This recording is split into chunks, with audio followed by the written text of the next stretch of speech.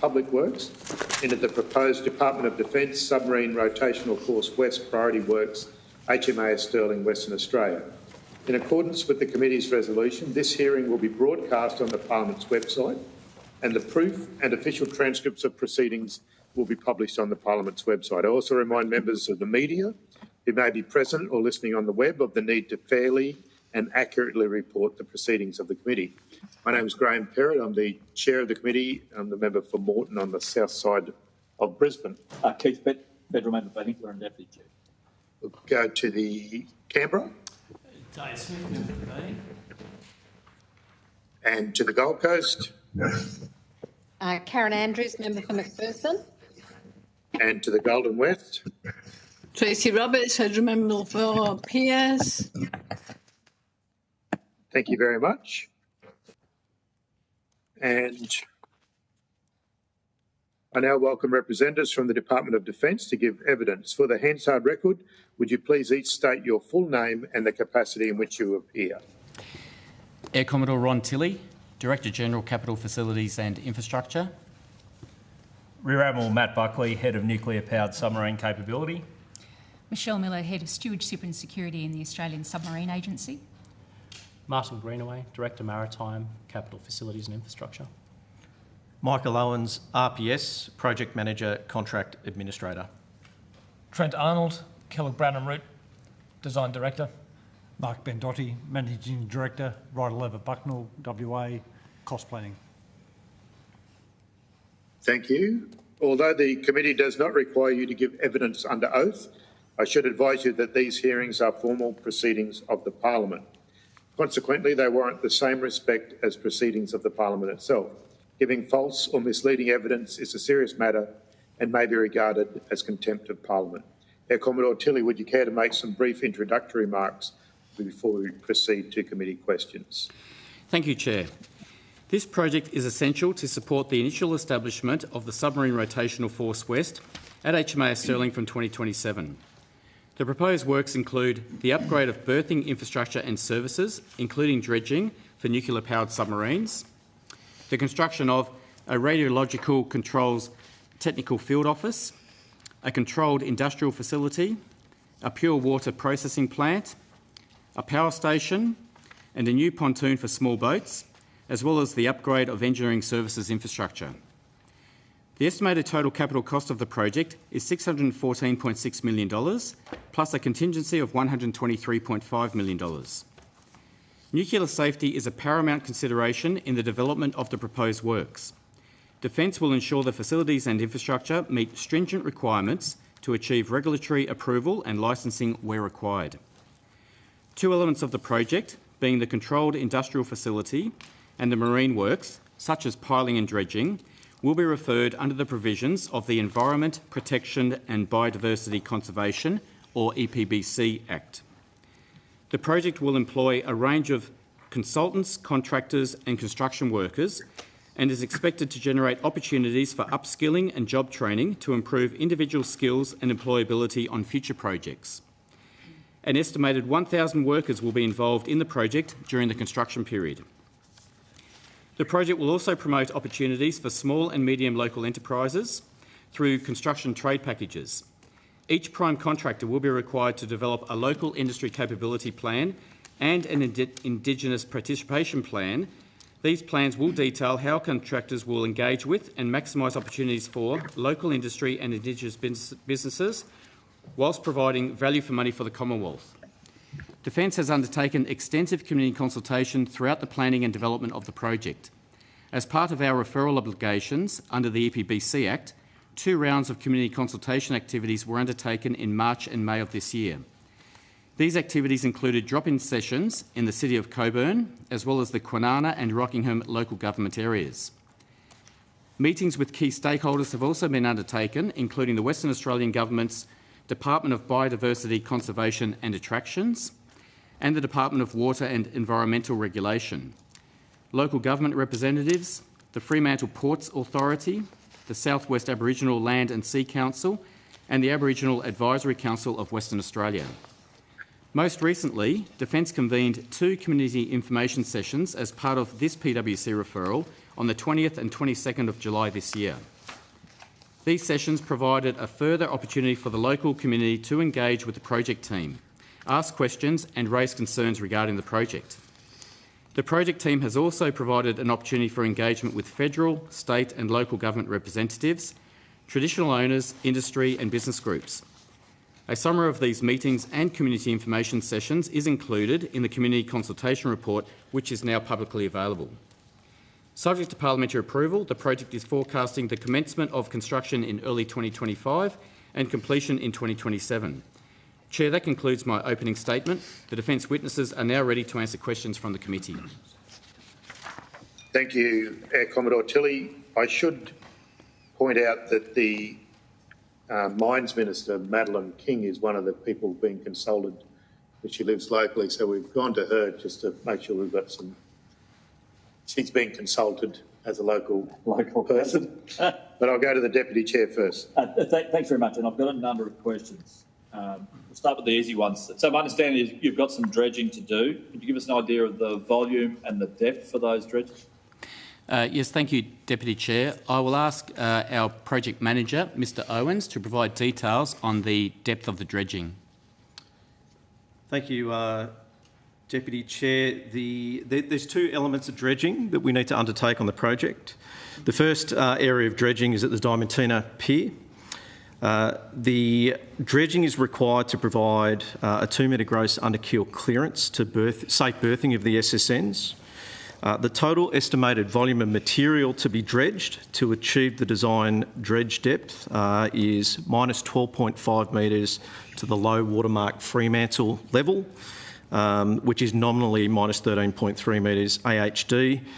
The total volume at Diamantina of dredging is expected to be approximately 6,500 cubic metres of dredging. The second element of dredging is at the Explosive Ordnance Loading Wharf. So number 2 berth is the proposed location for berthing of the SSN. The estimated volume of material that we need to dredge there is 13,000 cubic metres, again to minus 12.5 metres to the low watermark Fremantle mark. It's currently around 10.2 metres, so there's about 2.3 metres of dredging to do there. Thanks very much. And I want to come to the low-level radioactive waste. So, and I've got a number of questions, so we'll just step through them if that's all right, Air Commodore. The proposal is for temporary storage of low-level radioactive waste, is that correct? That is correct, Deputy Chair. So in terms of the site... Sorry, would you like further details? Well, I'll come to a couple of questions, then we might do that. So in terms of the site selection, who was involved in the consultation? Did it include the Australian Radioactive Waste Agency? How long did it take and how many sites were considered? Okay, thank you, Deputy Chair. I will ask that question to be responded to by our, just checking whether it's the project manager or the design consultant. The Arbor component, Michelle, she's got someone Arbor in her team. Okay. Deputy Chair, Admiral Buckley, I'll probably answer the first part. So in terms of the situating of the controlled industrial facility, controlled industrial facilities are essentially required to service the immediate maintenance support needs of the submarine. So they're always located as close as you can reasonably get them to where you berth the submarine. So in terms of how, where you situate a controlled industrial facility, you want it as close as you can to the berth, which is where we do the maintenance in the water. And the reason for that is it's where you're moving, the PPE, the rags, the tools, etc., back and forward from the wharf to the controlled industrial facility, and you want to do that within, the regulated area. So you want to keep that as compact and close to where you're doing the maintenance as possible. And my colleague, Ms Miller, might talk about the broader consultation that the ASA's had with ARPANZA, ARWA and other nuclear agencies regarding that, to answer the second part of your question. So, sorry, just before we move off of that, in terms of what the waste looks like, so in Australia there's 700,000 plus doses of nuclear medicine that get utilised around the country. That produces gloves, gowns, needles, things associated with medical waste that has to be temporarily stored. So what's the differential between that type of waste and what will be produced in a low-level waste outcome like what is proposed here?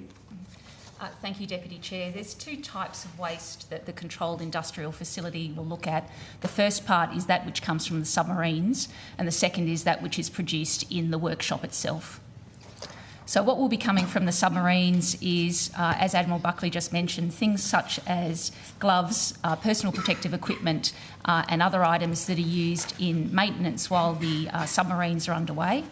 Then when it comes into port, they're packaged up and then moved from the submarine to the controlled industrial facility to be then sorted, reduced in size, packaged and then temporarily stored ahead of then, in our case, further storage and then disposal in the longer term.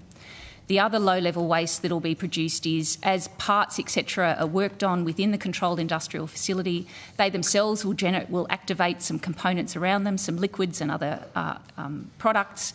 They will then become part of the waste stream itself. And the waste streams will be separated out, so there'll be low-level waste, there'll be very low-level waste, and there'll be what's called exempted waste. And they'll all be packaged separately and dealt with in accordance with the regulations that we're subject to by our PANZA.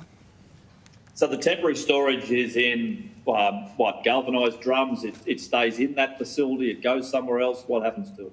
So the concept behind the temporary storage is the nature of the controlled industrial facility is to take those couple of waste streams, to then package them down, reduce them in size, where possible reduce the levels of radioactivity, to then temporarily store them. And once we have an economical amount to be able to move, we'll then move those to sites on the defence estate for temporary storage ahead of decisions to be made in concert with the Australian Radioactive Waste Agency on final disposal for low-level waste here in Australia. So are those sites selected currently? For storage or for disposal? Well, for storage. I understand it'll be a period of time, but you've just said that they'll be moved off to a select defence site. Where is that? So we have a number of sites on the defence estate that are holding legacy and current low-level waste and some other types of wastes. I can provide you on notice where those exact sites are, but there's, for instance, they form part of our reporting each year through AWA and to our PANZA. Okay, so just to come to those, they're existing facilities, so hence there's no need for further consultation, further work. Is that what Defence is suggesting? So on those particular storage locations, they already have licences from the Australian Radiation Protection and Safety Agency through our PANZA. But when we then look to move the material that we've temporarily stored at Western Australia, we then require a licence. So as part of that licence activity, the regulator at the time may require consultation on the movement. But it is movement of low-level waste, as occurs for many other facilities, industrial, etc., around Australia as well, in accordance with normal licensing requirements. And how much volume do we expect to produce in a normal year of activity, would you imagine? So that will change over time. As you might imagine, from 2027 we'll have the first of the United States Virginia-class submarines that will start to have a presence in Western Australia. So then you might imagine through 2028 we start to then develop some low-level radioactive waste. What we understand at the moment is packaged from each submarine per year is about 2 cubic metres. So that's a drum and a bit. And then over time, as we get further submarines, further workshop activities occurring, we will continue to build up that temporary storage. And just last question, and you might want to take this on notice. So, given the expected timeframes for delivery for the initial SSNs, what is the life expectancy on those submarines, given that they will be already operational for some period of time? And at what point will the high-level waste have to be dealt with? Yeah, Deputy Chair, Admiral Buckley, I can probably speak to that. So we're working through the final details of the first 2 Virginias. As you've alluded to, we expect that those submarines that will have already had part of their service life, the expectation at the moment and what we're working towards is they will have just done their first rotation, so we expect that they'll have more than 20 years of service life remaining, bearing in mind the Virginia-class submarine has a little over 30 years for its service life. So first one in 2032, the first time you'd be looking to deal with that is in the early 2050s. And when it comes to dealing with that end-of-life waste, there are some requirements for the submarine to be laid up and latent for a period of time before you go into the defueling activities. So it's really into the early to mid 2050s when we would expect the first of those Virginias to have the end of life waste challenge. Excellent. And just last one before I let others have a go. I'm sure they've got lots of questions. So when we take control of those assets, they will become owned by Australia, or they're still owned by the US, given the international treaties on dealing with waste country by country? Deputy Chair, those submarines will be fully owned, flagged Royal Australian Navy sovereign submarines in every way. Thank you. Well, sorry, further to that, Rear Admiral, going back to that second graph that that had the timeline with the columns on there, which were some assumptions about longevity that weren't there 20 years ago, perhaps. What's the world's best practice? That we must be retiring some US or British or Russian or wherever nuclear submarines. What have they gone beyond their life expectancy, or what is it a pretty set timeline? I'll just speak for our allies and partners. So I'll just stick to the US and the UK. So the modern nuclear powered submarines are fueled for their life of type. So that's a 30-year, expected in that order of magnitude life to be operated.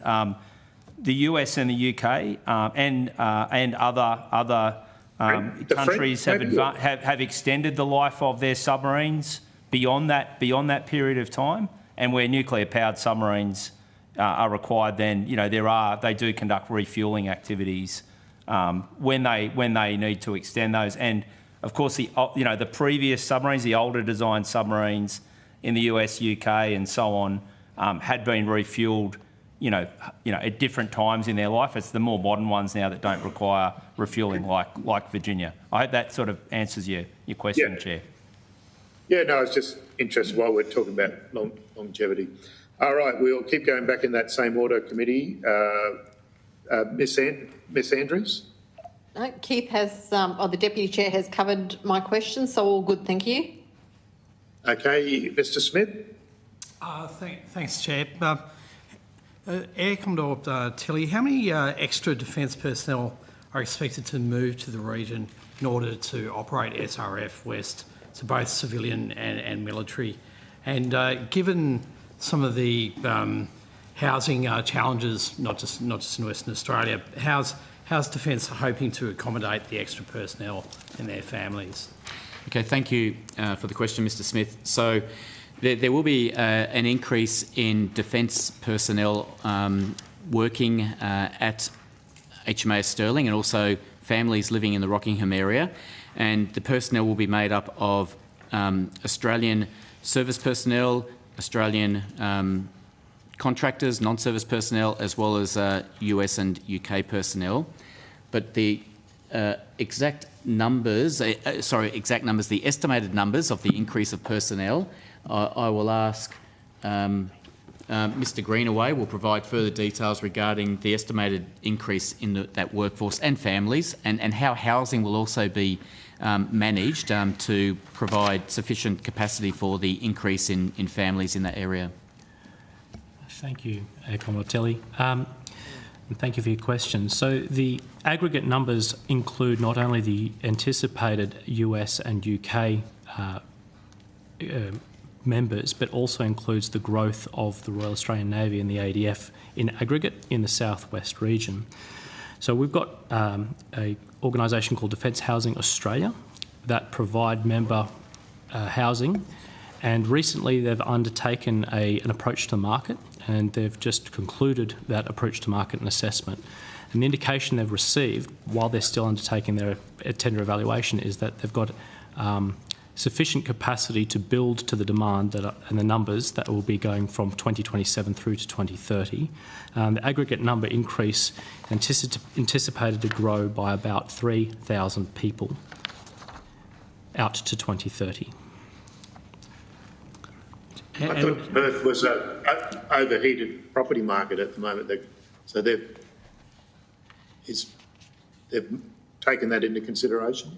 They have, in terms of the value for money and the vendors that they can use to deliver the housing stock.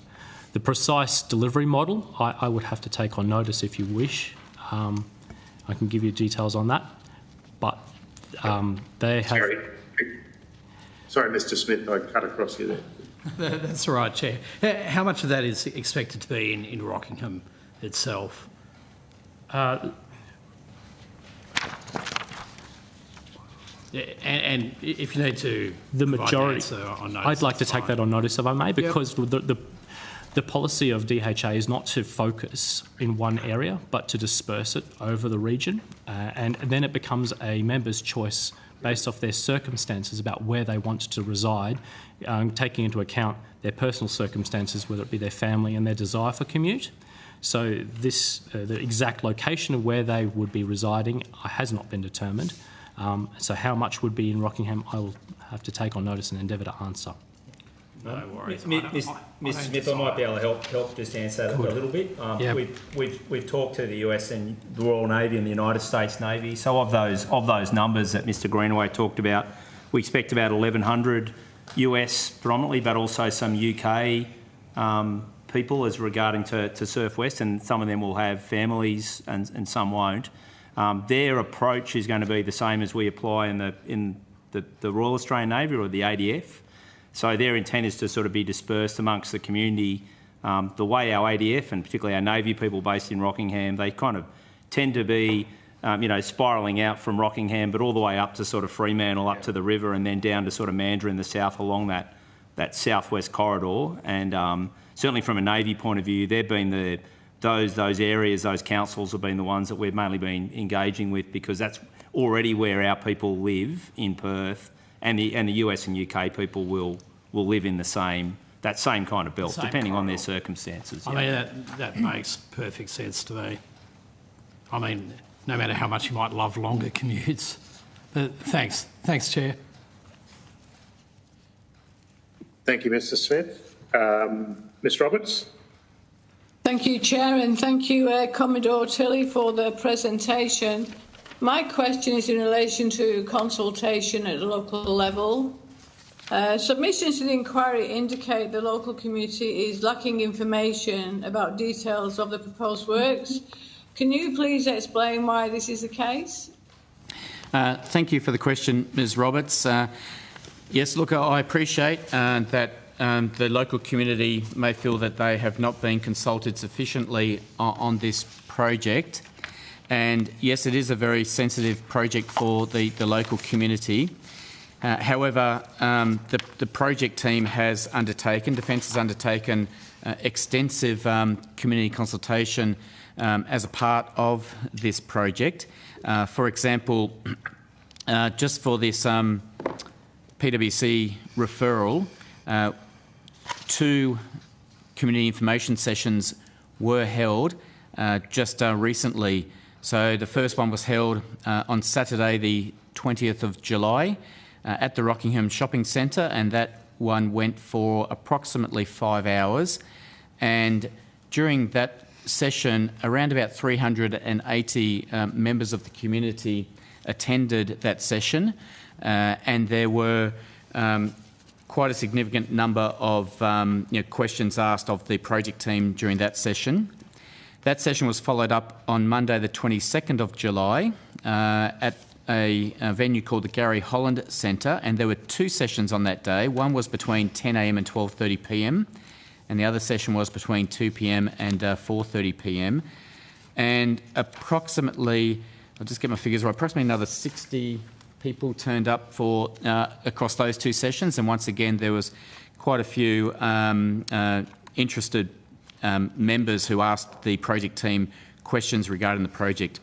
Preceding those two community information sessions, there were other sessions held with the community back between March and May of this year to do with the Environment Protection and Biodiversity Conservation Act referral. So those sessions were held as well earlier this year. When you make the comment that the community feels that there hasn't been sufficient consultation undertaken, Defence has attempted to provide more consultation, I would suggest, with this project compared to any of our other projects that since I've been in this position for the last 2.5 years. As you know, the number of people we state as turning up to other project community consultation sessions is rather low. So in this instance, we had over 400 just for the community information sessions for the PwC referral part of the project. Thank you, Commodore. Given that this is now flagged as a concern, will there be ongoing consultation, effectively taking the community on the journey with us? Yes, there will be, Ms Roberts. I will ask our Mr Greenaway to provide some further information.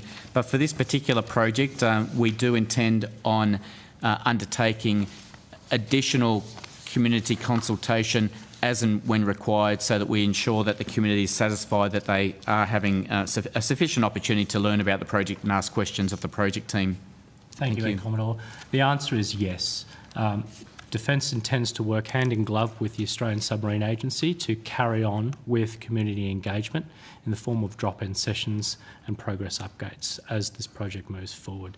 This is important because ASA, I might hand over to Admiral Buckley and Ms Miller, because social licence and ongoing engagement is very important moving forward throughout the delivery phase. Yes, thanks, Ms Roberts. Yeah, look, aside from the consultation relating to these works, Defence and ASA recognises that, the acquisition of nuclear-powered submarines is a significant national undertaking.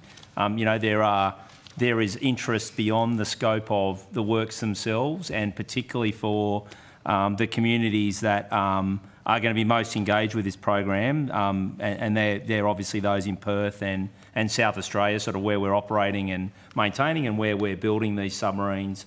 Having really positive, important community engagement in terms of people understanding how we safely and effectively assure the capabilities, a really important part of that social licence. So, in addition to the work that the estate group team's doing about these works, there's a recognition that there's interest that extends way beyond that. I might ask Ms Miller, because it kind of sits in her area, that ongoing social licence plan.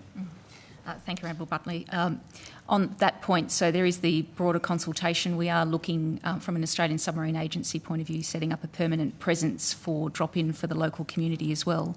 But specifically as it relates to the controlled industrial facility and questions around our management of low-level radioactive waste from these submarines, our current regulator, ARPANSA, has committed that at each stage of the licensing that they will continue with public consultation, and they made that a public statement when they released back on the 17th of July their response to public consultation, and we will continue to be engaged with ARPANSA as a part of that.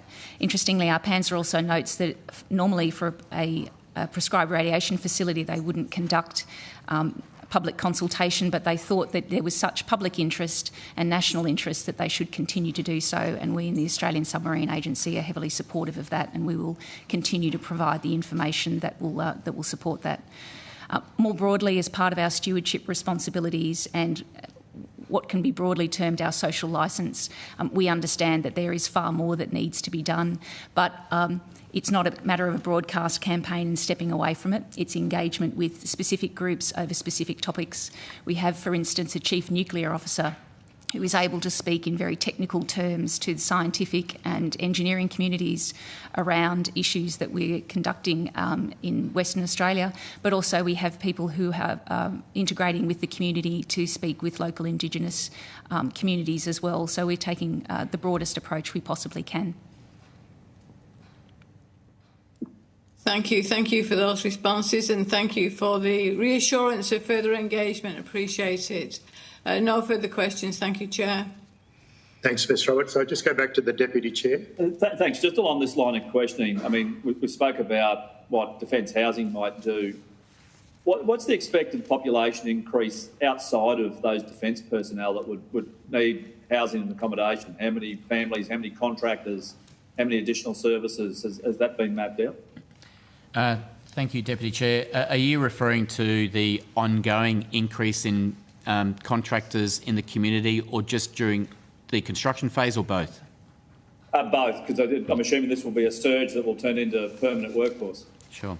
Okay, so I'll provide some estimated numbers of the workforce during construction. Now, that's not saying that being in the Perth region, the majority of the workforce we understand will be commuting to HMAS Stirling on a daily basis, so they won't need necessarily housing provided in the Rockingham area, but some of them may need.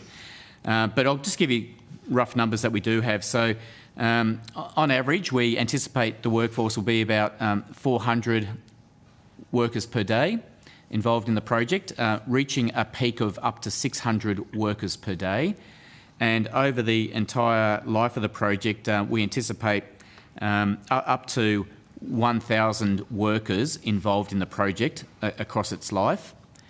And that equates to around about 500 full-time equivalent jobs, because not all of them will be there on a permanent basis. I don't have an answer as to how many of those workers will live in the Rockingham area, but let's move on to going forward with the increase in contracted workforce and their families maybe, who may move into the Rockingham area on an ongoing basis going forward. I will ask Admiral Buckley to provide a response to that. Thank you. Yeah, Deputy Chair. So there's probably two parts to it as we discussed. So for the Surf West, I talked about the 1,100 US and UK personnel, and we kind of estimate that if you the basic sort of rationale of their families, so if you add it up with families, there's probably about 2,000 there. Now that's for the from the 2020s through to the 2030s. The approach is that as our Australian submarines come in, they will, and the same crews will be Australian crews, and then the Surf West period will end. So as we move sort of into the 2030s and 40s, the growth in the Australian submarine force at the moment, it's around sort of 900 people, and that'll grow to around 3,000 people. But that's a sort of steady growth over several decades in that area. In terms of the maintenance people, so that the maintenance force we have about 500 ASC employees, around that number in Western Australia at the moment in Henderson. For intermediate level maintenance, for our first Virginia-class submarines, we need to double that. We need about another 500 for intermediate maintenance.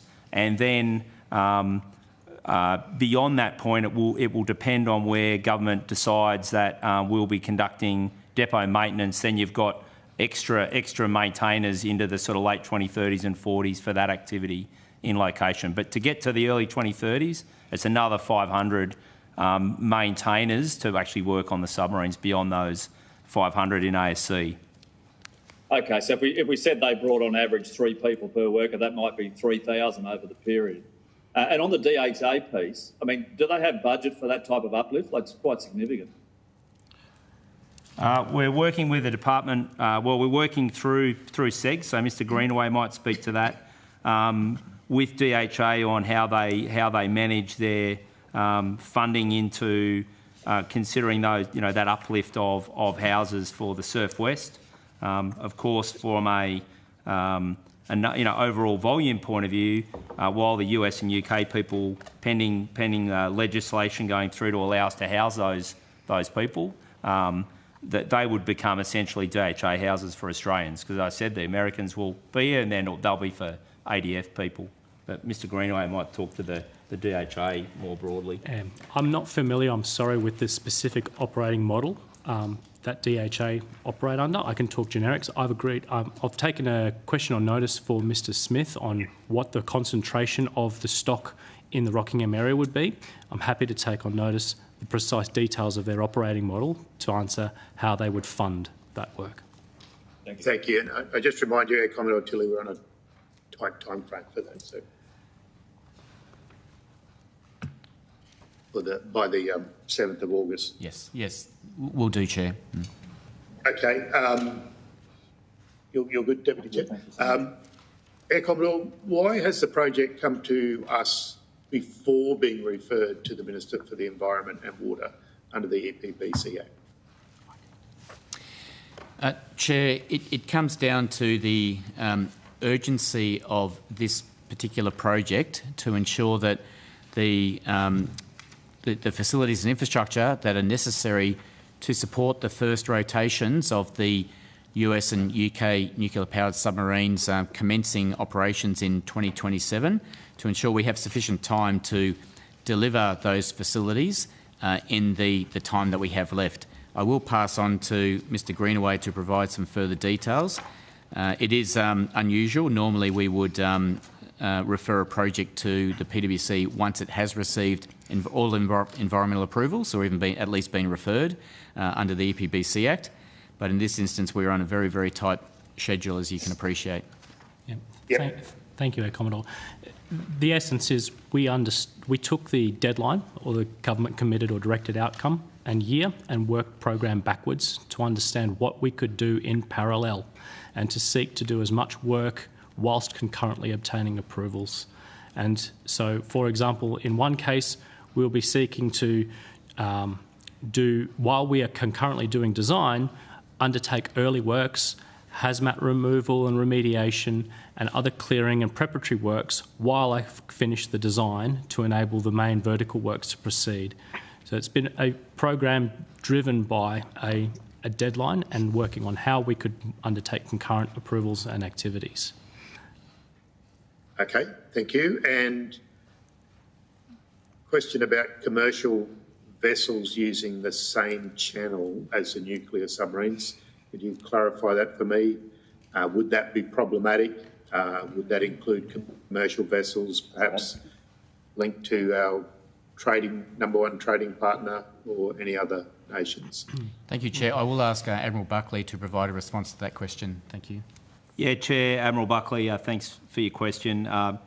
Presently we do have US and UK nuclear-powered submarines visiting HMAS Stirling.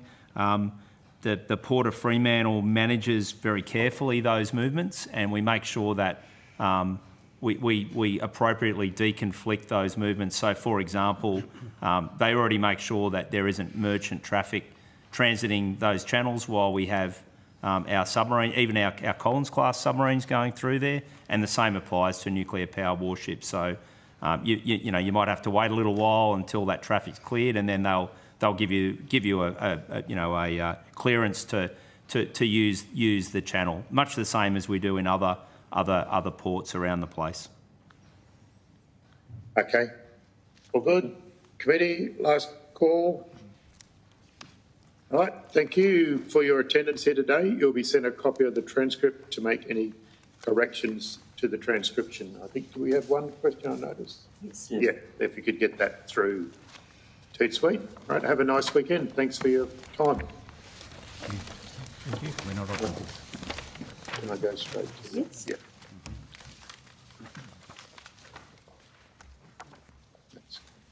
All right, I now welcome a representative from the Perth South West Metropolitan Alliance to give evidence. For the Hansard record, would you please state your full name and the capacity in which you appear? Yeah, Warwick Carter, Director of the Perth South West Metropolitan Alliance. Thank you very much, Mr Carter. Although the committee does not require you to give evidence under oath, I should advise you that these hearings are formal proceedings of the Parliament. Consequently, they warrant the same respect as proceedings of the Parliament itself. Giving false or misleading evidence is a serious matter and may be regarded as contempt of Parliament. And I might just ask broadcasting, are you able to mute the Canberra? No? Okay. All right. Mr. Carter, we'll go to you. Would you care to make some brief introductory remarks before we proceed to questions? Yes, thank you, Mr. Chair. Thank you for allowing me to present today on the Submarine Rotation Force West priority works. As I said before, my name is Warwick Carter. I'm the Director of the Perth South Metropolitan Alliance. We're a grouping of local governments in the southwest corridor of Perth. Today, I'm not proposing to comment on the merits or the nuclear safety aspects of the works, as I'm certainly not qualified to draw any conclusion on those matters.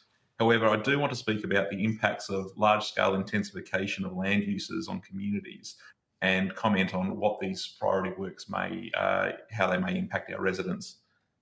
We understand from the Securities and Estates Group, or SEG, that this is the first of several stages of works, with $8 billion being put aside for upgrades of HMAS Stirling as part of the AUKUS package. In a letter from Captain Nigel Trump of SEG to the City of Rockingham in November 2023, he states that the current estimated number of workers to be on the base through to 2040 will grow to 10,500 people. Now, based on the 2021 census, on that date, only 3,300 people were working on the base. So this is a 200% increase that we're expecting. Mr. Carter, just to be clear, did you just hear the public hearing? Beg your pardon? Were you online for the public hearing? Yes, I was, sir. Yeah, yes. Okay. So you heard that evidence. Yeah, thank you. All right. Thank you. Yes. In terms of the other works that's happening in this region, this is one of several what I would describe as mega projects to be hitting the southwest region. So in addition to AUKUS, we're also looking at a new container port known as Westport, happening just north of Rockingham. There's a continuous shipbuilding program that's been announced, as well as recently a medium landing craft building program happening in the region. There's the prospect of depot level maintenance and potentially a new dry dock coming in. There's a committed women's and babies hospital plan for the Murdoch region. We're seeing large-scale redevelopments of Fremantle as a result of the port moving, increased development of large-scale industrial sites due to the Future Made in Australia program happening just adjacent to Garden Island, and a range of associated public transport improvements at Murdoch and a new train station at Karnup. So over the next 10 to 20 years, it's probably fair to say that the Perth Southwest Corridor is set to be the most intensive development site in any urban area in Australia. To put it in context, the Western Sydney Airport and their transport program is worth about $11 billion. I'd say this region is comfortably doubling that amount of investment over the next 10 to 20 years. It's probably a level of investment that's otherwise unheard of. I recently heard a term coined by Major General Jeff Sengelman. He described catastrophic success. I think that's possibly what we're facing. There's a lot of opportunities, but without a clear plan that coordinates and times all of these public and private uplift, we'll be squandering some amazing opportunities for this region. Whereas a plan to Yes, sir. Sorry, Mr. Carter, can you just state the last sentence again? You just cut out for 1 second. My apologies. Yes, I just said catastrophic success. Without a clear plan that coordinates the timing approach to the public and private works, what we'll have here is an immense opportunity, but very little public uplift. Whereas a planned approach could see our communities uplifted by the investments, ensuring that our most disadvantaged are helped to thrive, and a range of highly skilled opportunities become apparent for our youth. We need our Commonwealth Government now and into the future to recognise and help work across all three tiers of government to structure an infrastructure plan that provides certainty funding and scheduling of these massive projects, because we can see that for AUKUS to be a success, first our region needs to be successful. In addition to the suggestions that we outlined in our submission, I'd note the UK government recently committed the long-term Barrow Transformation Fund to support the Barrow Inverness community, which is home to the UK's nuclear submarine program. Over the next 10 years, they'll be investing more than £200 million in the region to, and I'm quoting here, make Barrow an even more attractive place to live, work and build a nuclear career. This is the sort of social licence that we see lacking in Australia at the moment. There are US examples too that we could learn from, including the Defence Access Road program, where the Department of Defence can help subsidise local governments' costs associated with their demands on a local road network, so the local communities aren't having to foot the bill. We also see the Defence Community Infrastructure Pilot Program, where Defence recognises that building resilient communities is integral to Defence's operations. We could see these programs being run very quickly here and could easily be done the same way with the US, with not having a budget line, but simply being a mechanism for the federal government to consider them as part of the budget deliberations. Longer term, I'd like to see Defence running programs like this directly. Now, we have been advised by members of SEG that they are unable to fund improvements off base, that they are limited to spending money on their bases. I've had a quick review of the legislation and I can't find any legislative basis for this, but I'm happy to be proved wrong on that. But whether it's a legislative or policy requirement that they can't mitigate their impacts, you as our elected members have the responsibility for setting that policy direction and setting the legislation. And so there's a conversation there that probably needs to happen, is whether or not you would like to hold Defence responsible for mitigating their impacts on local communities. We've also heard a lot from members of the Australian Submarine Agency and SEG about nuclear safety mindset and the approaches being taken with multiple redundancies to ensure safety. We understand that the Naval Reactors Group from the US need to be comfortable that Australia will be a responsible custodian before we can acquire a nuclear submarine. Whilst there is a lot going in that space and upskilling of Australians and creating skilled nuclear safety experts, I don't know that the community can feel safe when there is no safe road access onto the base. So until such time as those experts can access the base in a timely manner, avoiding the congestion, avoiding overburdened intersections and inadequate roads, I don't know that the community can feel safe that those people can arrive on the base should they be needed. Now, I appreciate that the committee can't commit to the Commonwealth to a multi-year infrastructure deal that is so desperately needed here, but we understand that the committee has the ability to form an opinion under Section 17(1)(b) of the Public Works Committee Act. And under this section, you can inform both Houses of Parliament of any matters that you think they need to understand with regards to these public works. We would like you to inform the Houses of Parliament that your major projects may be disadvantaged financially or may disadvantage other major projects in the region financially if they are not scheduled and timed, if we do not come up with a way to look at the opportunities here and engage with the finite workforce. So, look, in closing, there's a line that keeps coming up from politicians and senior defence personnel involved in AUKUS, and they keep saying that this project will take a whole-of-nation effort. In fact, I think Admiral Buckley said something similar. I think he called it a significant national undertaking. From where we sit at this stage, I'd say that the Perth South West Metropolitan Region, and particularly the residents of Rockingham, have been left to do a fair bit of the heavy lifting, and we'd like your help. Thank you. Thanks very much, Mr. Carter. You mentioned Defence taking responsibility for roads outside of Defence land. Could you give me a couple of the examples of that? Certainly. So at the moment, Australia's largest naval base is accessed predominantly through Parkin Street, which is a residential road in Rockingham. It's a 20-metre wide road from the 1960s, which gets congested on a daily basis. Now, that congestion is set to get substantially worse without any interventions. Can you give me examples of where Commonwealth Defence budget has gone into investing in? I can't give you examples of that. I can speak to United States examples of that where they have their program, but I'm not aware of Australian examples of that. Oh, okay. I just wanted to be clear we're talking about the same thing. And, okay, Deputy Chair? Yeah, thanks very much. And thanks for your evidence, Mr. Carter. At one point, the Commonwealth Government can absolutely invest in infrastructure that's critical for the development of this facility. but I've only got one question, and it is about your community. Do you think there's broad support for the project locally?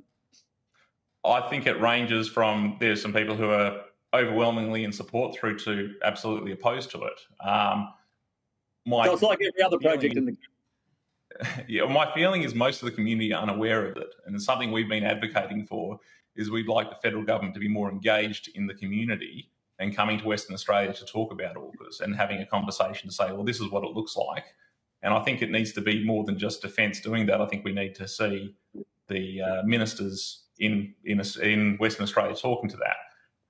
We won't see the confidence in the housing market going ahead unless they get those clear demand signals.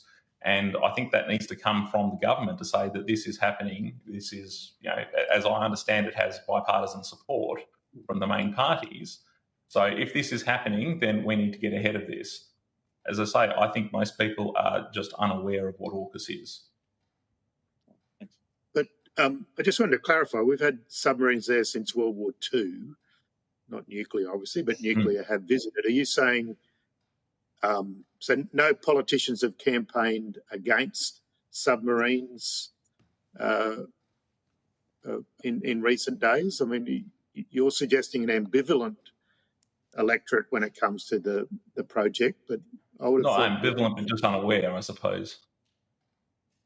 But okay, that not when they see the traffic jam every morning with people in naval uniforms, they don't put two and two together and say that. Sure. I think there's about 460,000 people who live in this corridor.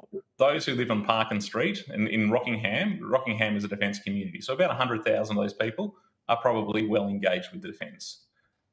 As you move away from there, it's probably less apparent in terms of what Defence's role is in the area and what happens on Garden Island. So the further you are away from the project, the less affected you are by the project. Correct. It's not exactly rocket science, is it? That it isn't, but I think there's a conversation that this region is being asked to live up to Defence's aspirations. It would be good for this region to fully understand what that entails, and if there are opportunities, how those opportunities could be realised, and also for the federal government to realise what uplift we would need from a social perspective to help maintain the quality of life that we currently have with the influx of personnel, contractors, etc. And uplift in rateable values for local government, obviously, as land values go up. We can't rate the defence bases. No, but surely the people that work around those, buy property, pay more for it. I thought that was the way, well, certainly in Brisbane, that's the way local governments get a lot of their income, is the rateable value of properties linked to value. Is it the proportion you pay, the proportion each person pays is linked to the value. The overall uplift it's calculated slightly differently, but I take your point. Yeah, okay. All right, we'll go to Miss Andrews.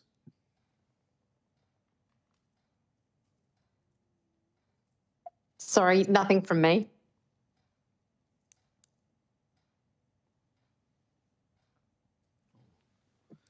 I beg your pardon, Mr. Smith. Nothing from me either, Chair. And over to the Golden West, Miss Roberts. Thank you, Chair. Mr. Carter, good afternoon, and thank you for your submission. I note the concerns you raised about some community members well and truly engaged and some not. In the public hearing, you might have asked me to answer a question about ongoing community consultation, and I received the reassurance that would be ongoing. So my question is to you, would the Perth South West Metropolitan Alliance be engaged with this and ensure that community consultation continues? We're engaged with ensuring that there's communication with the local governments, and so we have arranged, and on a number of occasions, the Australian Submarine Agency and SEG has met with the local governments, most recently last week. We can do that. In terms of the more broader engagement, we understand Australian Submarine Agency is looking to create a drop-in centre in Rockingham. I think there's a limitation of how much you can engage through those sort of processes. What we would like to see is some dedicated engagement with various sectors, such as the property development sector, the small business sector, and then reaching out to community groups and others. So I think it could be done in a more targeted way, and we would welcome that. Okay, thank you. And no further questions from me, Chair, but thank you, Mr Carter. Thank you, Ms Roberts, someone that understands local government very well. So it's good to have her on this committee. Deputy Chair, do you have anything? No, it's nothing further. Okay. Thank you very much for your evidence, Mr Carter, and good luck with those dilemmas confronting your local government area. All right. I now welcome representatives from the following organisations to give evidence: Nuclear Free WA, Stop AUKUS WA, the Medical Association for Prevention of War, and Friends of the Earth. For the Hansard record, would you please state your full name and the capacity in which you appear? And if you could go in that order as much as possible, just because we're coming from all around the country at the moment. So, Nuclear Free WA? Sure. We had kind of proposed a slightly different order, but we're happy to go in that order, and thank you and appreciate the time and opportunity. Yeah, that's all right. I'm just, it's hard for me to do two things at once, so. Absolutely. So I'm Mia Pepper, and I'm one of the co-conveners for Nuclear Free WA. We're a volunteer-based organisation, first established many years ago in a different form, but re-established last year.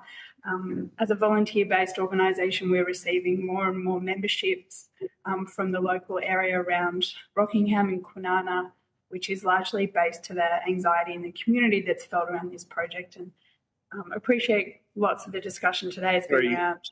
Sorry, Ms Pepper, I just need your name just at the moment. It's really just for so Hansard knows who's talking, but we'll come back to you and give you as much chance as possible. All right, so Stop AUKUS WA? Yes, Leonie Lundy, Campaign Coordinator for Stop AUKUS WA. Thank you. And the Medical Association for Prevention of War? You're muted. Just muted at the moment, but that would be her end, or yes? I think you're still muted. Yeah, we'll just have to let Sue speak for Hansard. Is that better now? I'm sorry. That's it. Okay, sorry. I'm Dr. Sue Wareham, WARE-HAM, President of the Medical Association for Prevention of War, Australia. Thank you very much. And the Friends of the Earth. Dr. Jim Green, another national nuclear campaigner with Friends of the Earth Australia. Thank you. Thank you very much, Dr. Green. Now, although the committee does not require you to give evidence under oath, I should advise you that these hearings are formal proceedings of the Parliament. Consequently, they warrant the same respect as proceedings of the Parliament itself. Giving false or misleading evidence is a serious matter and may be regarded as contempt of Parliament. Ms Pepper, Ms Lundy, Dr Wareham and Dr Green, would you care to make some brief introductory remarks before we proceed to questions? And we'll go in that same order, Ms Pepper, if that's okay. Yeah, apologies for no worries. Starting off a little bit too quickly. I will just be very brief and just reiterate that there's increasing community anxiety and concern around the presence of nuclear submarines in Coburn Sound at HMAS Stirling. There's a strong engagement with the community around the ecological values of the area that people are deeply concerned about, and the impacts to that, and again, the access and utility of that site by local residents. We're concerned about the process and the consultation and the order in which things have happened. And there's, in terms of social licence, there's a great sense that this project is being forced upon people without actual engagement in decision-making processes, but rather that we're sort of consulted in a tokenistic way to meet some kind of requirements around consultation, but actually when it comes to decision-making, and accessibility to the sites and the areas, there's not a lot of engagement or room to move. As I said earlier, when I jumped the gun a little bit, where our membership is increasing in the area because people are looking for an outlet and a way to voice their concerns and opposition to the developments at the site. But I'll pass over to others who have more to say on this. Thank you. Thanks, Ms. Pepper. Ms. Lundy? Yes. Yep. Yes, thank you. First off, noting our support for the Medical Association Prevention of Wars submission, and we had checked with the committee's office regarding the order in which we spoke today, and it was expected that Sue Wareham would have been able to speak first in her opening statement. But moving on, I'm happy to go to Ms. Wareham. I'm not that inflexible. Sorry. If you prefer that. If that's possible, yes, I think it would make a whole lot more sense. Thank you. It's just coordinating a few things at the one time. I do apologise, Ms. Pepper. You've done a great job. We'll go to Dr. Wareham. Hi, you can hear me still? Yes.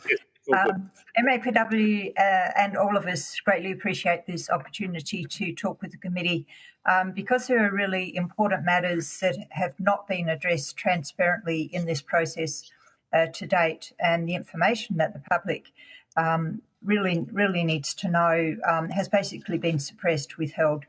So this process has reinforced secrecy, including on important health and safety matters. So the public has been denied access to the AUKUS agreement, to the licence application from ASA to ARPANSA, to all of the submissions that ARPANSA received, to any modelling of accident scenarios at HMAS Stirling. Have studies been done? If so, what did they show? We don't know. How would any nuclear accidents at the site be managed? Who would manage them? Would US and UK military personnel have significant input? We don't know the answers to these questions, and there are other examples. We're concerned that the public has been lied to about the nature of the waste that will be stored at the proposed facility, and ministers, the Defence Minister, Defence Industry, Resources Minister have repeatedly linked the CIF with hospital waste. The two are totally different, and I'll be very happy to say something about that. We've been told that the facility would store only low-level waste, and we only heard by Senate estimates that intermediate level waste may be stored at the facility. And again, this is far more serious than low-level waste. It needs to be isolated for 10,000 years. There have been attempts to water down standards, important standards for nuclear safety. International best practice is what we need to implement. And yet there have been several attempts to reduce this to what's called good practice, international good practice, which is meaningless. There aren't any standards there. The proposed regulation of the program is definitely not international best practice, because the same minister will be responsible for both delivering the program and for regulating it. This is a clear conflict of interest, and it's astonishing that it's got this far. So we believe that the proposal should not proceed at this stage, but it should be considered only after genuine consultation with accurate information and transparency. Thank you. Thank you, Dr. Wareham. I can understand why your group wanted you to go first. That's very thorough. Ms. Lundy, we'll come back to you. Did you have anything to add? Yes, thank you. So similarly to the MAPW and others, we expressed concerns in our submission regarding the lack of adequate information, process and timing pertaining to the stages of the SIF project. We've since had the seeming coincidence of the ARPANSA site licence approval being granted to the ASA on the 17th of July, precisely the day before the revised closing date for submissions to this committee for this second stage of the project. Inferring ARPANSA's approval was already a given and the process a farce. We'd appreciate the opportunity to comment further on this and other process issues raised in our submission by questions from the committee. But right now, I'd like to register a new concern here about the timing of Defence's supplementary submission lodged out of time, which we were only made aware of this morning, dated the 30th of July, published on the website on the 31st of July. It indicates a flurry of email activity took place on the 12th of July and then the 22nd of July concerning attempted consultations with community, stakeholders and First Nations, all of which one would have expected would have actually occurred prior to Defence's lodgement of the submission for the priority public works, this second stage of the process, and more so prior to ASA's site licence application. Although we appreciate having a further detail in Defence's supplementary submission, little opportunity time-wise has been afforded to review this and its impact on our original submission points. However, one remaining unaddressed issue is the dissemination of the misinformation pertaining to the grade of the low-level waste, as Dr. Wareham has just flagged. We suggest this alone necessitates putting off or putting on hold any further development of the CIF, pending further investigation as to how this also possibly impacted on APANS's grant of site licence approval, and to improve the social licence for this project, clearly a lack at the moment. I'd like the opportunity to comment on a couple of other perceived anomalies picked up on skimming through this document during question time. Thank you. Thank you very much, Ms. Lundy. And just to, I think, to be clear, you're talking about the community consultation report from Defence. That's the document you're referring to? Yeah. The supplementary document that was just recently uploaded to the website, which obviously many of us had downloaded everything several days ago and were totally unaware of until this morning. Okay. I take your point in terms of a chance to look at that, and we'll have plenty of time for that for you to come to those questions. But we'll just go to Dr. Green, who is backlit, so appears quite anonymous, but I'm sure that's just a lighting. Yeah, Dr. thanks, Green. Chair. I will just flag 4 issues that the committee might wish to take up. Firstly, the consideration of alternatives is central to your inquiry, and I would ask the committee to press the Department of Defence as to whether there's been serious enough consideration of alternatives which would partially or entirely negate the need for radioactive waste storage facilities in the region, and whether some of those waste generating activities could be carried out elsewhere, namely the UK and the US. And obviously a central point there is that the UK and the US both have permanent disposal repositories for low-level waste, whereas Australia does not have any national low-level waste repository. And that brings me to my second issue, which is that the whole plan assumes that there will at some stage be a permanent disposal facility, and I understand that the Department of Defence assumes that that will be tied in with the broader establishment of national waste facilities in concert with ARWA, the Australian Radioactive Waste Agency. But it raises a whole set of issues around the fact that efforts to establish national facilities have been ongoing for 25 years or more and have conspicuously failed to generate any outcomes to date, and that pattern could well continue. So essentially we're putting the cart before the horse, and we're making a huge assumption that permanent disposal facilities will be available in due course. The third of my four points is that there's been a lot of discussion about consultation, but no real discussion around consent, whether that's consent from the local community in general or consent from traditional owners. And I think this issue of consent needs to be raised.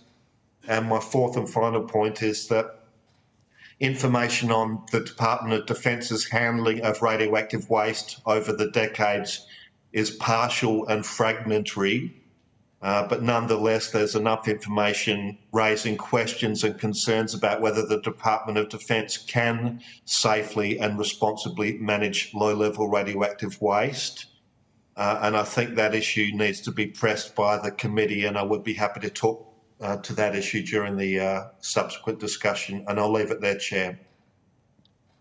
Thanks very much, Dr. Green. I should point out that the Public Works Committee, in terms of looking at UK or US alternatives, isn't really within our scope. As much as I'd like to go off and wander around other countries and look, we only focus on how the public dollars are being implemented rather than some of the background prior to those decisions. That's a matter for the executive, really, Dr. Green. But I'll throw to the Deputy Chair to kick off questions. Thanks so much. And it's just one on the claim that it's not low-level waste and there'll be intermediate-level waste. What's that based on? That was based on... Oh, sorry. We're not... We might have to direct it. Yeah. I'll go ahead. It was based on a response in Senate estimates. I don't have the date in front of me. Response in Senate estimates in which defence officials, in response to a question from Senator Shoebridge, did not rule out the fact that intermediate level waste could be stored at the facility. And I believe documentation around this proposal also does not exclude the possibility of intermediate level waste. So if something is not specifically excluded, then we assume that it could become a reality as time goes by. But that's not intermediate level waste produced from the AUKUS program? Yes, indeed. Intermediate level waste from AUKUS submarines, our allied submarines, from nuclear powered vessels generally. Yes.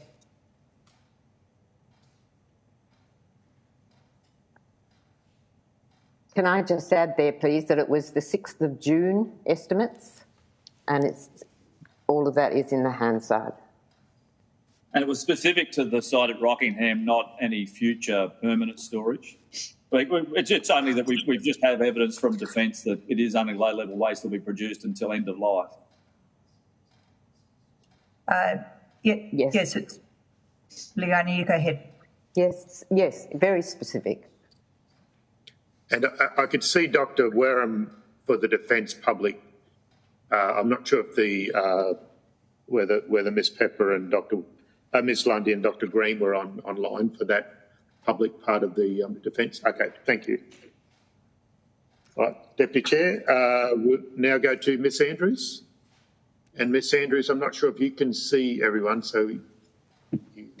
I can see everyone. Thank you very much. Look, there are no questions from me today, Chair. Thank you very much. Okay. Mr. Smith? No questions from me either, Chair. Okay. And Ms. Roberts in WA? Thank you, Chair, and thank you, everyone, for your submissions. I did ask the question in the public hearing about consultation and engagement, and also about taking the community on the journey. So I'm not sure if you're reassured by that, because the commitment was that, yes, there would definitely be further consultation with groups. So if I could encourage you definitely to be involved with that consultation process, because it seems apparent from your presentations that you haven't been engaged with the process at the moment, whether it's from... I don't know, but do you have? It just appears that you haven't been engaged. Is that correct? Yeah. Correct. Could I comment that we have engaged? Sorry, that we have engaged and went along to the public consultations at Rockingham Library and the like, but. What we've found is that we're getting piecemeal information and very limited information about the actual project and the development and the timeline of the development. And then there's this other kind of issue around works already happening before there's been consultation. We don't have a clear view on whether the environmental assessment will just be referred but not accepted, and it's unclear about that whole process. So while we've engaged to the best of our ability and through these processes, through the Alpanza licence application process, through the public works hearing, we just find that the actual level of information and detail that we're getting is not sufficient. And when we have written to the Australian Submarine Agency for additional information, it often takes months to get replies, and then the replies are also scattered bits of information and unclear, and sort of there's just a lack of detail about what's actually happening at the site now and the impacts of it. Thank you, Chair. Thank you for that response. And subsequent question, if I may, Chair. So, sorry. Given the ongoing consultation commitment, yeah. Ms. Robert, could you just, we're just going to hear from Dr. Wareham, and then we'll go to your next question, if that's okay. Thank you. Thank you. Yes. Thanks for the question about consultation, because it is a particularly important one, and I think we need to consider not just local consultation, which is of course extremely important, but there are also national aspects to this. It's a very significant national project, so the consultation needs to be right across the country. Now, the point that we've been trying to make, and which is a significant concern, is that there's been so much secrecy around this. How can you consult when the people with whom you say you're consulting are not given the information that they need to make decisions or to form an opinion? I gave some examples earlier. I can give some more. MAPW tried last year sometime through FOI to get access to correspondence between the ASA, Submarine Agency, and PENSA about the regulation of the program. That was denied. Information about regulation. Senator Shoebridge in the Senate last year. Also, there was a Senate order to the government to produce documents relating to the nuclear waste. That was denied. That was refused by the government. Former Senator Rex Patrick has done FOI requests for information about the regulation, the safety, non-proliferation aspects, about the waste, about the decommissioning. The whole lot of them were denied. I mean, this is quite farcical. The department to talk about consultation when we're just kept in the dark about the critical aspects. Thank you, Dr. Wareham. Ms. Roberts, sorry, I cut you off before. No, thank you, Chair, and thank you for those responses. That is important to know. But given the fact that we have got commitment for ongoing consultation, can I please urge you to keep engaged, and if you do require answers, that you do request those answers, and we can as the time progresses, we'll be carefully monitoring that. Thank you. Ms. Lundy. Thank you, Chair. Thanks, Ms. Roberts. Ms. Lundy, to further to that. Yes. I'd just like to comment also concerning consultation.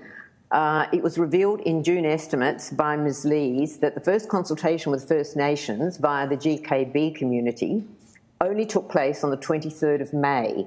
That's 2 months after ASA had lodged the SIF site licence application with APANZA.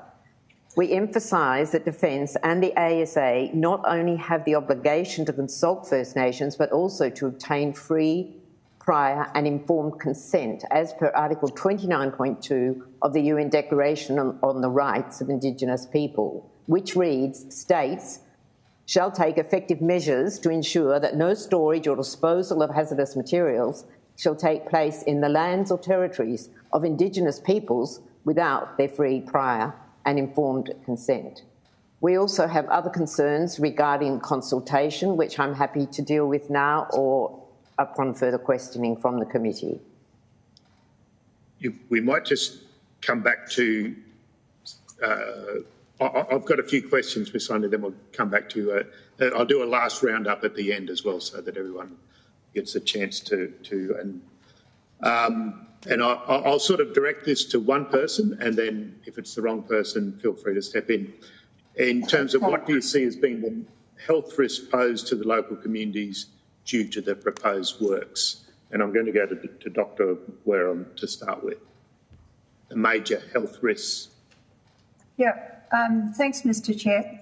The risks, we could relate them to those that surround any nuclear reactor. I mean, communities resist having a nuclear reactor in their backyard for very good reason, because nuclear reactors create various means by which communities can be exposed to ionising radiation, radioactive exposure, etc., whatever you like to call it. And while the risks with a naval reactor might not be great, we're not saying that the risk of an accident is great, although we could talk about accidents if you like. Unlike what the Defence Department says, there have been several significant accidents relating to naval reactors. Nevertheless, even if the risks of an accident or incident or whatever are not great, the risks are not zero.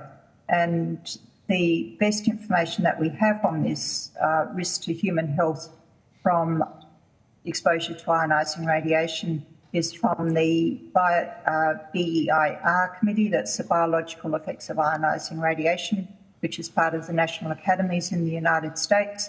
Their most recent report supports the theory, the statement, which is called linear no threshold, and that means that health risks from radioactive exposure can occur even from the very smallest amounts of exposure, and of course the health risks increase with greater levels of exposure. So, and the health risks are, they're multiple. The most commonly recognised one is increased risks of cancer, which can be decades after the event. So the risks are there. I'd refer the committee to the BEIR report for some further information, but the risks are there. And the important point is that communities need to be consulted about whether they want to have that risk in their backyard. Naval reactors are nuclear reactors, and we should not pretend that they do not pose risks similarly to other nuclear reactors. Can you hear me? We just had a little technical hiccup there. So just hands up if you can hear me. Yeah. Okay, thank you. All right. Would anyone else like to add to Dr. Wareham's comments in terms of the major health risks to the community? Yeah, could I just note that over the years, Friends of the Earth has documented problems with radioactive waste facilities. But rather than go into the detail, can I just flag a paper which can be found on the Friends of the Earth website, and the title of that paper is Mismanagement of Nuclear Waste in Australia and Globally, and it goes through incidents of leaks, spills, fires, floods, a chemical explosion and so on. And I think a lot of that information is little understood and too easily glossed over.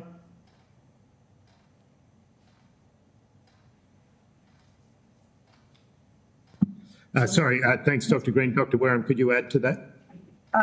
Yes, I was just going to add one other point. We're told that the US and the UK have, I think the word the Defence Department uses is an exemplary record in relation to nuclear safety. But in the United Kingdom, up until 2017, their Defence Nuclear Safety Regulator, I'm not sure if that's the exact title, but their reports were from 2017, their reports have no longer been publicly available. So up till 2017, the public were able to see what incidents, etc., were happening within the nuclear defence program in the United Kingdom. From 2017, that was shut down. There were appeals made against that shutting down of the access, and those appeals failed. So the people in the United Kingdom don't have access to reports from their defence nuclear regulator. So this doesn't inspire confidence for us in Australia that there's going to be full and open access to information about any incidents or accidents that might occur. So this obviously gets back to the issue of secrecy, lack of transparency on matters of public health.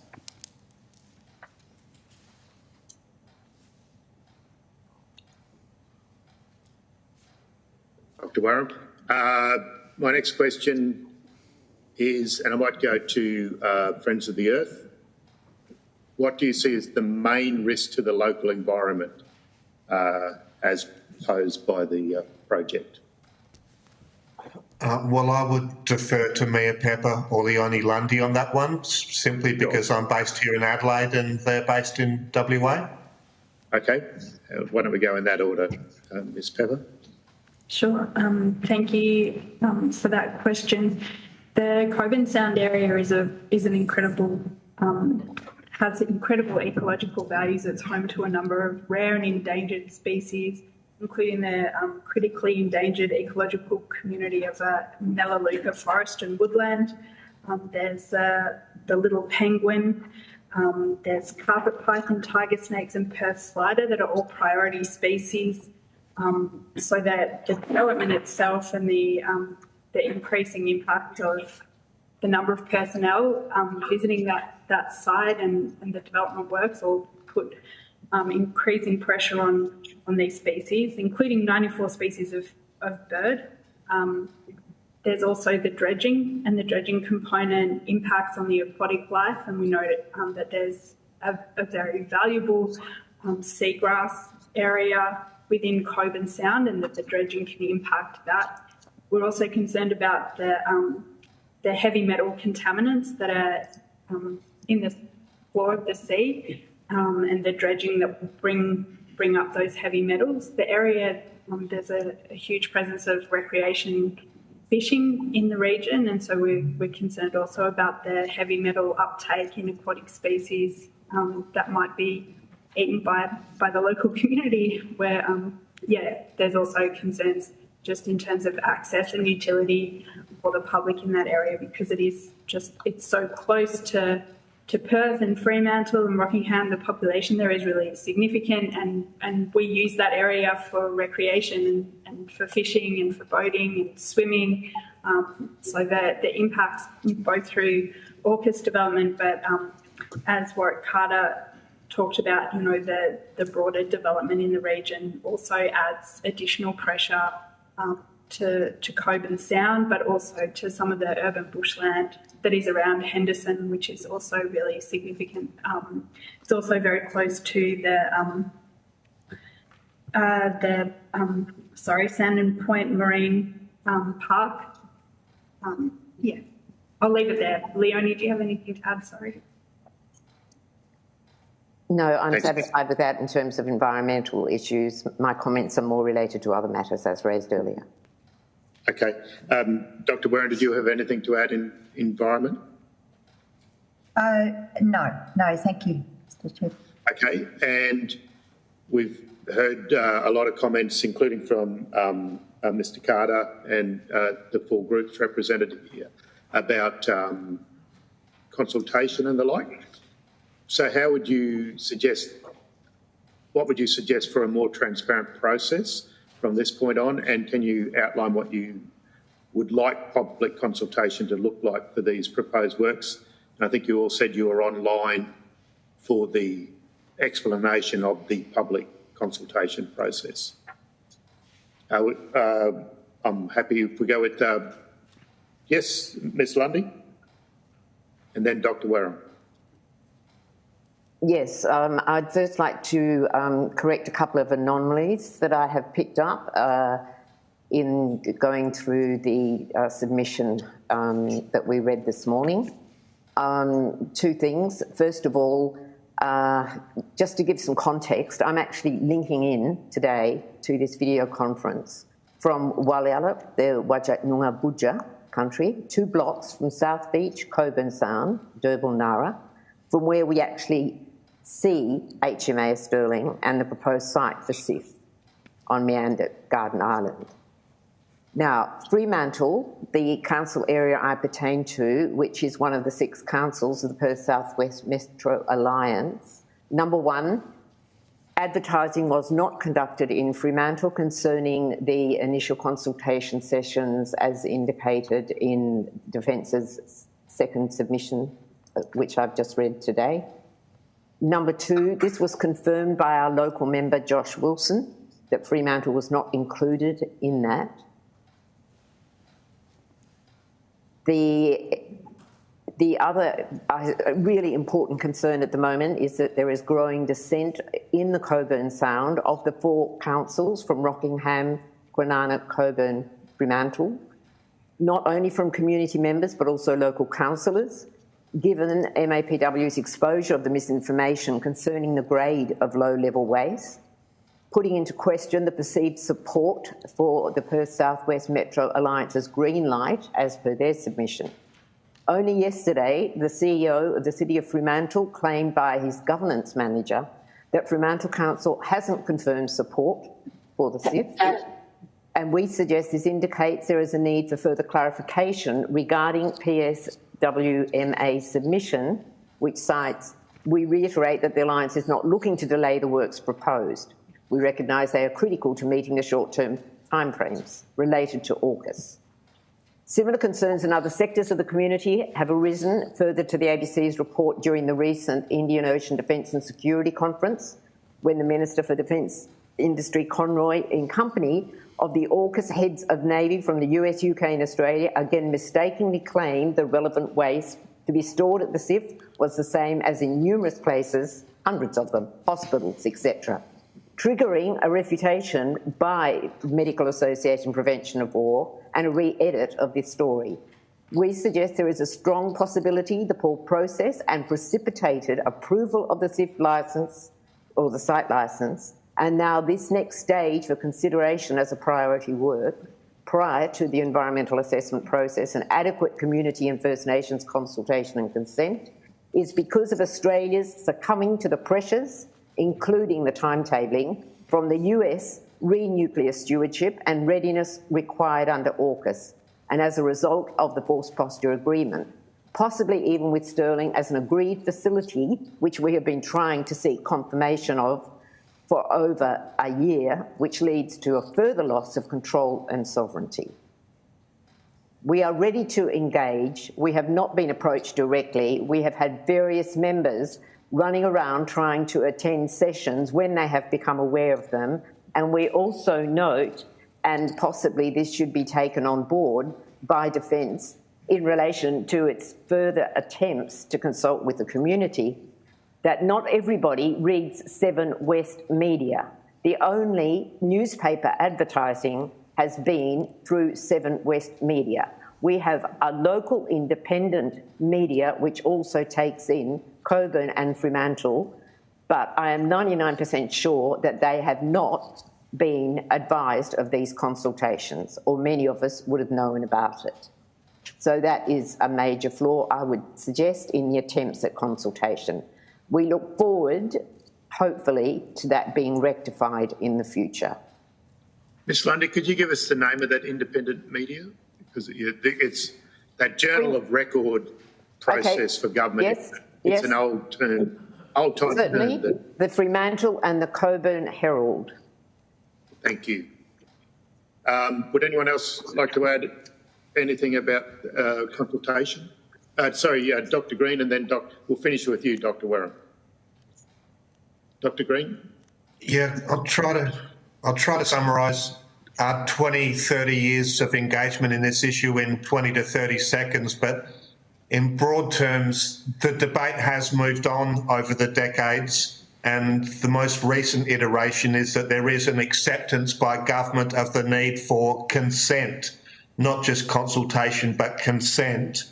And there's acceptance of the need for broad community consent for radioactive waste facilities. That's the language that was used by the current government and the previous coalition government, broad community consent. And of course, there was a furious debate about what broad community consent actually meant.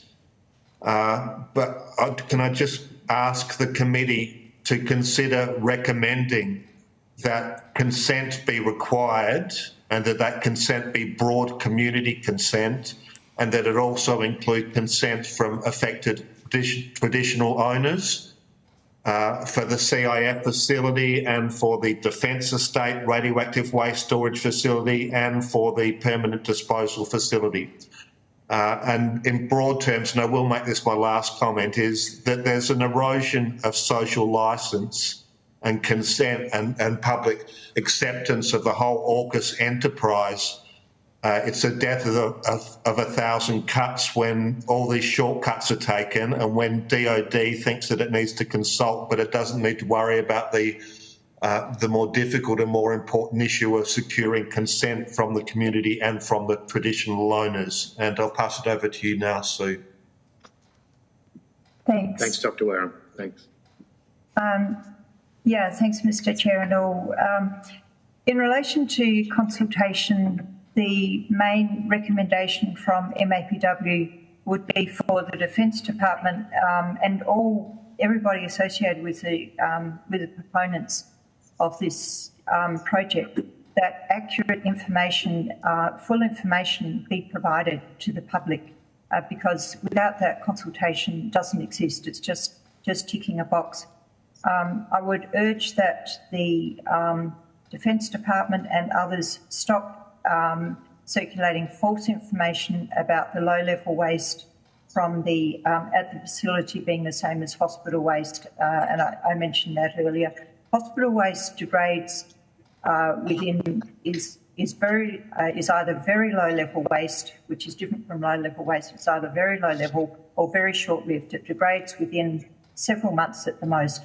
Low-level waste, as we'll get from the submarines, needs to be isolated for around 300 years. They are not comparable. So first thing is, please stop circulating wrong information. A comment is addressed to the Defence Department. We need access to the AUKUS agreement itself, to the licence application from the Submarine Agency, to the submissions that our plans are received, to any accident modelling that's been done. We need information about how would accidents or incidents be managed, who would manage them, would US or UK personnel have input into that. We need better information about the waste. We actually need a solution to the waste before this proposal proceeds, because otherwise it's just kicking the problem down the road, as Jim and others have highlighted. Just on the matter of more information that's needed, I'll ask Mr. Chair if I could also forward to the committee a letter which MAPW sent to PANZA just recently this week in response to their approval of the CIF. We outlined some serious concerns there, so I'll lodge that with the committee as part of our submission, if that's okay. And my final comment is about the need for independent regulation. It is totally unacceptable for the same minister to be responsible for delivering a program and regulating the program. It's astonishing that that could be regarded as satisfactory, because it's not. And I'll leave it there. Thank you very much, Mr. Chair. Sorry. And sorry, Dr. Wareham, Dr. Green, I think, Dr. Wareham, you're a GP rather than hospital, yes. Is that right? But I was just wondering what the process was for hospitals in terms of getting consent for low-level waste being used at a hospital. Is there a process, just in terms of comparing? Okay, I was in general practice. I'm no longer in general practice, but yes, I was in general practice for about 3.5 decades. There's been a lot of either confusion or willful misleading about what happens in hospitals. X-rays, CT, any X-ray procedure has nothing to do with nuclear reactors. It does not produce waste. Minister King referred to radiology X-rays in a comment she made several days ago, likening that to what's happening at the what will happen. Sorry, no, I should say, Dr. Wareham, I was talking about nuclear medicine, so that's that sort of medical waste. Sure. You know. I'll cut my comments a bit short. That's fine. Nuclear medicine, the vast majority, in fact, the overwhelming majority of nuclear waste at hospitals is very short-lived, very low level waste. The isotopes used have a very short half-life, which means they degrade rapidly. They are then put, after they've sufficiently degraded, which is usually within a month or two, several months at most, it's put into a normal waste stream. It is no longer radioactive after a short period of time. So that's what happens at hospitals, and that's quite unlikely. Sorry, Dr. Wareham. This committee, we have dealt with ENSTO, and so we have had a bit of a look at that process. Now, I meant what the community consultation is in terms of dealing with nuclear medicines and the like, in terms of, but that's okay. Dr. Green, did you have anything to add to that? No, but if I could briefly make one quick point further to my previous comments about consultation and consent, and I forgot to note an important point, which is that for national radioactive waste facilities, consent has been tested by a local plebiscite conducted by the Australian Electoral Commission. In the case of the Flinders Ranges, it was a 50-kilometre radius. In the case of the Kimber region in the Eyre Peninsula, it was the local council district, but it was a local plebiscite conducted by the Australian Electoral Commission. So once again, I would ask the committee to recommend that consent be tested and secured with that specific process, with a plebiscite of the local community conducted by the Australian Electoral Commission. Okay. Thanks, Dr. Green. My final question is talking about something that's already been touched on in terms of First Nations people, and could you discuss in broad terms, if you're able to, I know you're not speaking on behalf of First Nations people, but the cultural significance of Garden Island with the local First Nations people, and how the proposed works might affect Noongar people. I think I heard GKB. I'm sorry if I've got the acronym wrong for the mob. I'm not sure who would like to go first. Ms. Pepper? Thank you for the question. And yes, it is awkward to speak on behalf of First Nations communities, and I don't propose to do that, but I would point you to the submissions that were made to Arpanza for the licence application, and we were engaged with a number of Noongar elders in the lead up to the Arpanza submission closing date, and know that there are a number of submissions there that talk about the cultural significance of Meandip, which is a cultural heritage site and part of an important creation story. In particular, Tooga Morrison wrote a very detailed 9-page kind of history of creation story, which is we were lucky enough to hear him read that story. That's beautiful, very deep, beyond the scope of my imagination and understanding. It was really detailed and beautiful, and I really recommend that anyone in the Public Works Committee read that.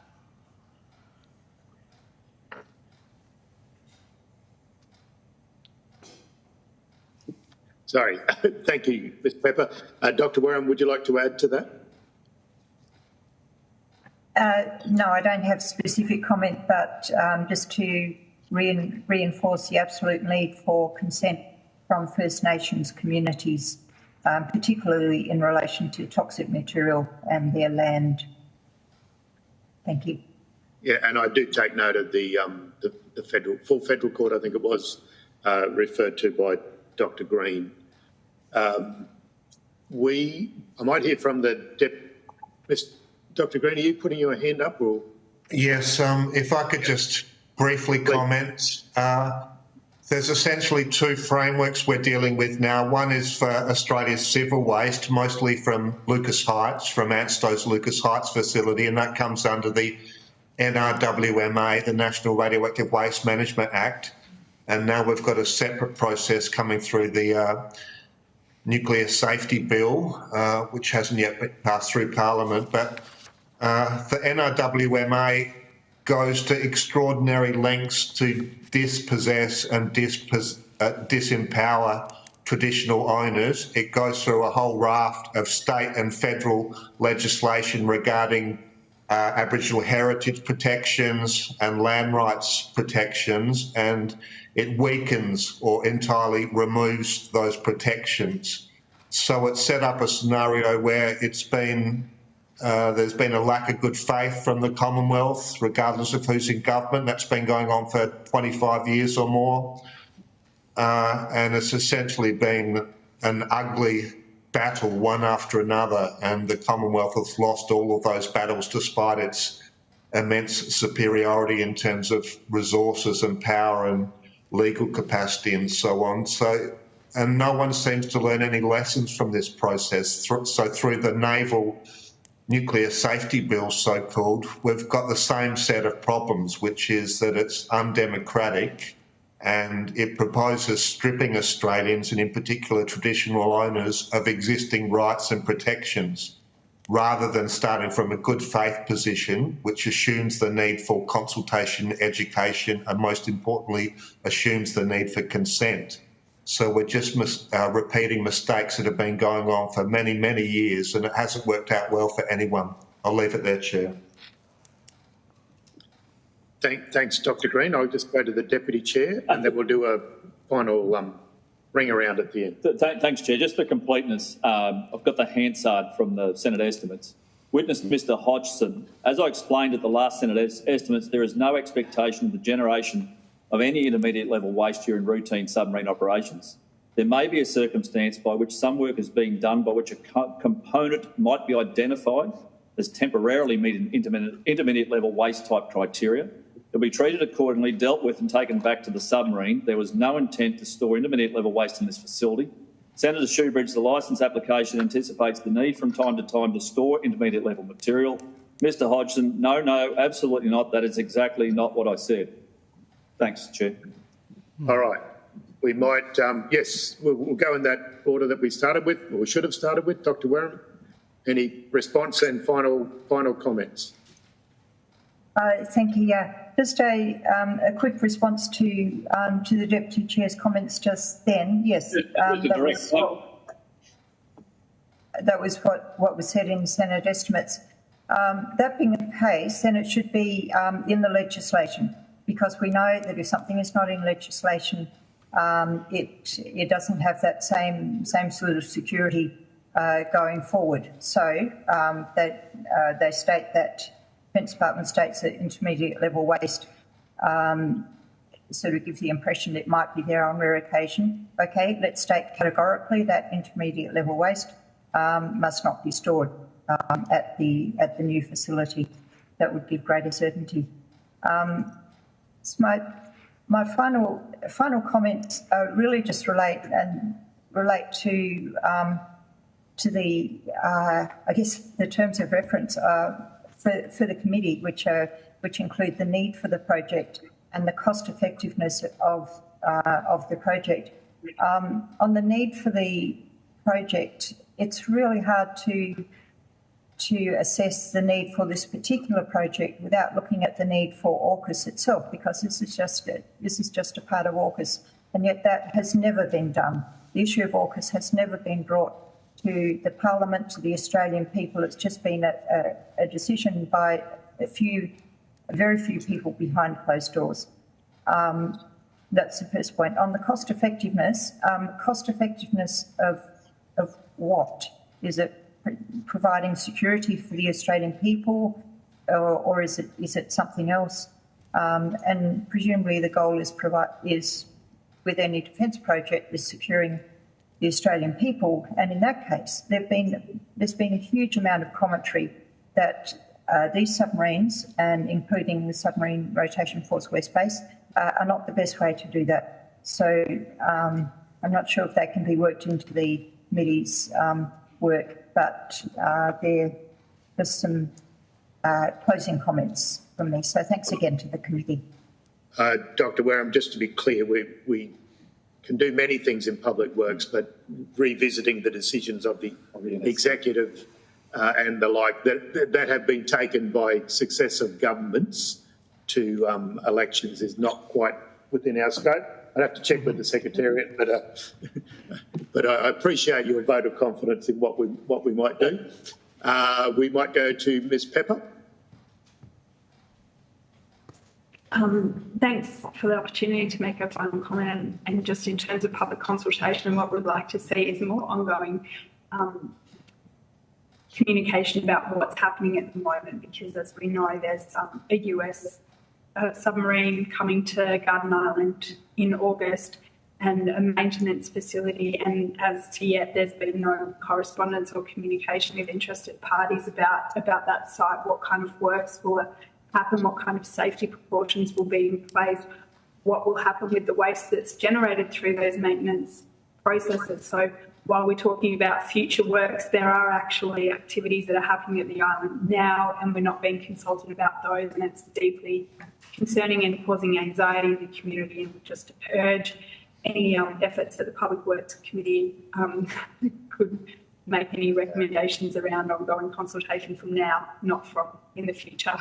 Thank you. Well, I'm going to sound like a politician, but yeah, we are the Public Works Committee, not the Public Activities Committee. So we do have a pretty strict guidelines remit. Ms. Lundy, would you like to make comment? Sorry. Yeah, can you hear me, Ms. Lundy? No, yes. We could hear you. You're good to go. Yes, thank you. Sorry. Yes, reinforce Mia's comments and also, of course, those of Dr. Wareham and of Jim Green.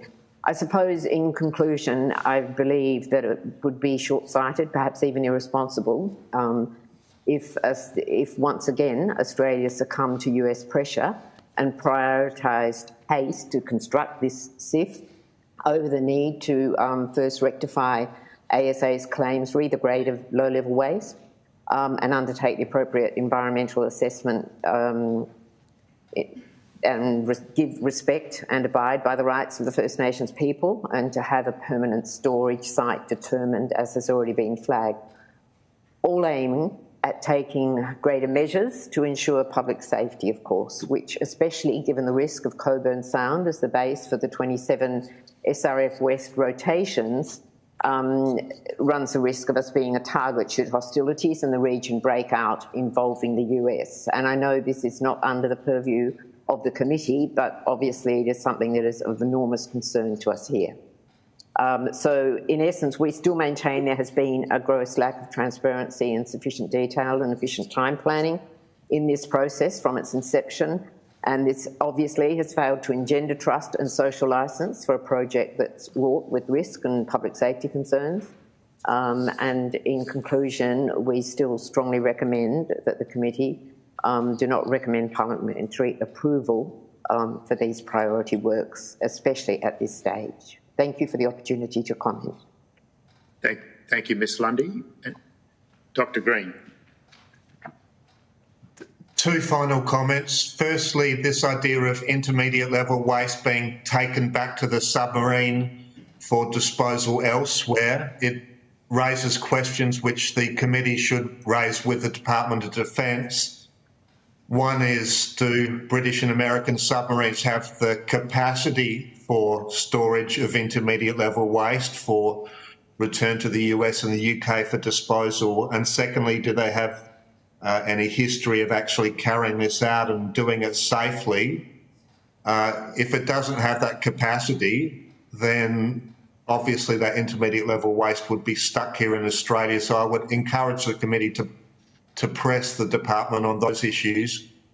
And my final comment is to quote ARPANZ's Radiation Health and Safety Advisory Council, who has warned against allowing a cloak of national security to, quote, mask inadequate radiation safety protection of the Australian public, weaken regulatory authority, or inhibit transparency on matters of Australian public safety, end quote. And I would suggest that the department is failing on some or all counts, and I will conclude with, once again, with my recommendation that the committee consider recommending that the government and the department are required to secure and achieve consent from the local community and from traditional owners before it builds any radioactive waste facilities, whether it's the CIF or the Defence Estate Facility or a permanent disposal repository. And I'll leave it there, Chair.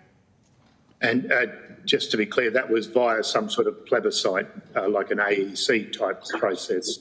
Yes, that's how it was carried out in South Australia. So they're the two most recent examples of plebiscite carried out by the Australian Electoral Commission.